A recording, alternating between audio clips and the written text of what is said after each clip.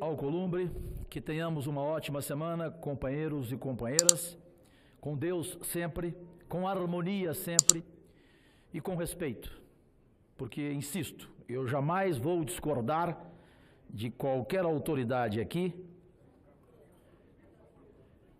para desqualificá-la, porque para discordar eu não preciso desqualificar ninguém. Eu me lembro de uma frase que hoje relembrou a mim o delegado Alessandro, senador preparadíssimo. Lá no Amapá, certamente o presidente e outros senadores e senadoras aqui devem se lembrar dela. Você pega um homem pela palavra, ou não? Você pega um homem pela palavra.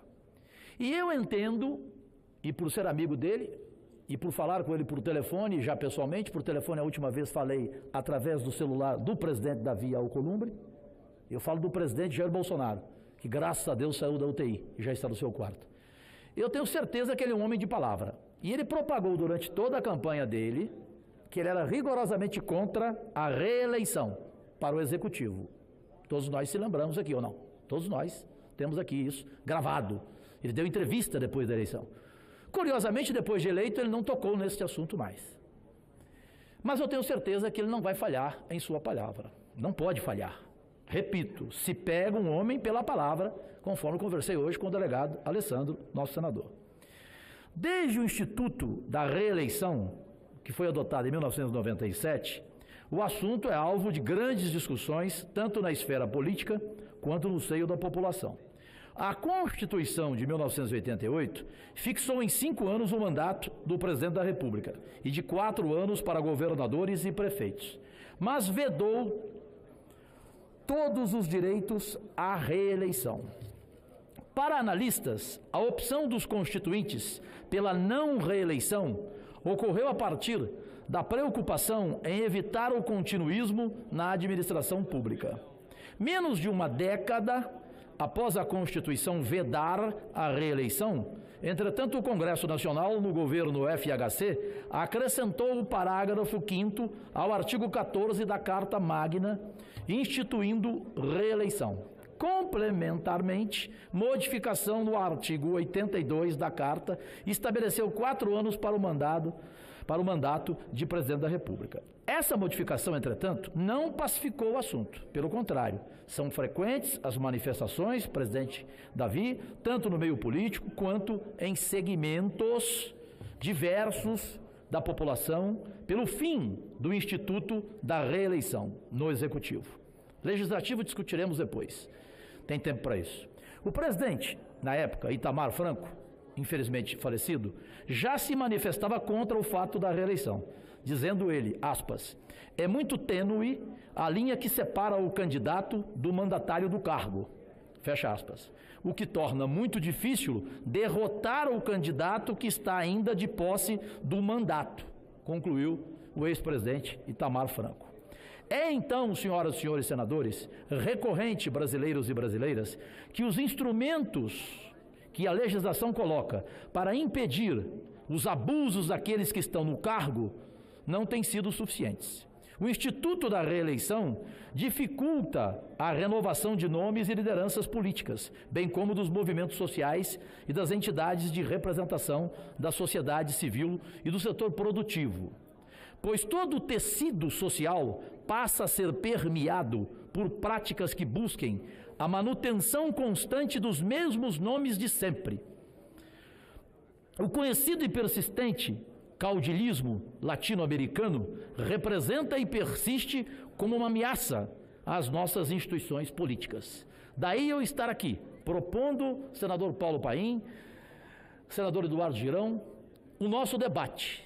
É o meu primeiro projeto de lei nesta casa, entre os 168 que constam em meu gabinete, comandados de forma voluntária pelo ex-senador Cristóvão Buarque, ao lado de Pedro Simão, meu conselheiro político, e de Heloísa Helena, minha conselheira na área da saúde, porque ela não quer nem mais falar de política. O economista Marco Sintra, hoje secretário especial da Receita Federal, escreveu um artigo no qual pontuava sobre os malefícios da reeleição. Dizia ele, aspas, A tentação para mandatos sucessivos é irresistível. A aprovação do segundo mandato, que rompeu com uma das mais sólidas e duradouras tradições republicanas, foi um desserviço ao Brasil. É preciso evitar a personalização do sucesso, fecha aspas, palavras de Marcos Sintra, que hoje integra o governo de Jair Bolsonaro. O oportunismo eleitoral estimula o governante a adotar políticas expansionistas, com o intuito de elevar a probabilidade de se reeleger. É muito óbvio. Os governantes passam a adotar incentivos para distorcer as políticas públicas com o devido intuito de sinalizar sua competência para o eleitorado. Então, acabar com o instituto da reeleição, como eu proponho, tem o saudável efeito de estabelecer-se a imparcialidade no pleito eleitoral, por estabelecer igualdade de condições entre os pleiteantes aos cargos efetivos e eletivos. Ao meu ver, a nossa renovação de representação política, ela é desejável pela essência do próprio processo democrático. Ela permite uma verdadeira oxigenação do processo eleitoral, o que é extremamente saudável em todos os sentidos. Sendo assim, o objetivo da minha presente proposta, presidente, é criar condições legais que favoreçam essa renovação. No tocante aos mandatos do Poder Executivo, a minha proposta veda a possibilidade de reeleição, mas, prestem atenção, senadores Alci, mas, ao mesmo tempo em que proponho o fim da reeleição, eu também proponho que aumente o mandato dos eleitos de 4 para 5 anos. Essa é a minha proposta.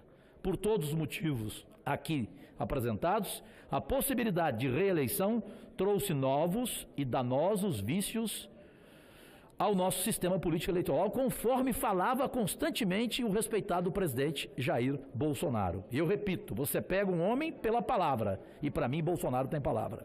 Pela reeleição, a qualquer custo, vimos em nossa história recente, tanto em âmbito nacional quanto nas esferas estaduais e municipais, casos e mais casos de agentes públicos manipularem a administração em benefício próprio. Concluo. Quanto à reeleição no Legislativo, eu quero democraticamente discutir com as senhoras e os senhores, respeitosamente, repito, para que, juntamente com meus conselheiros e vocês, os senhores e as senhoras, a gente encontre a melhor proposta no caso da reeleição do Legislativo. Executivo, eu morro abraçado com este meu projeto, com este meu pensamento, que ele tem que acabar imediatamente, dando mais um ano. Cada presidente, cada governador, cada prefeito terá direito a 5 anos de mandato e não terá direito à reeleição. Assim penso, assim falei, assim apresentei o meu primeiro projeto de lei entre os 168, presidente Davi Alcolumbre. Alguém quer a parte? Senador Cajuru, tem que falar nome. Uma parte, Só nome, por favor. Eduardo Girão. Eduardo Girão, meu respeitado amigo do Ceará. Eu queria, em primeiro lugar, dar parabéns a Vossa Excelência pela iniciativa de propor esse projeto de lei. Nós tivemos uma oportunidade de, no mês de janeiro, senador Cajuru, janeiro último, reunir nossa equipe para fazer um planejamento estratégico, nossa equipe aqui de Brasília e do escritório lá em Fortaleza, e esse foi um dos pontos convergentes.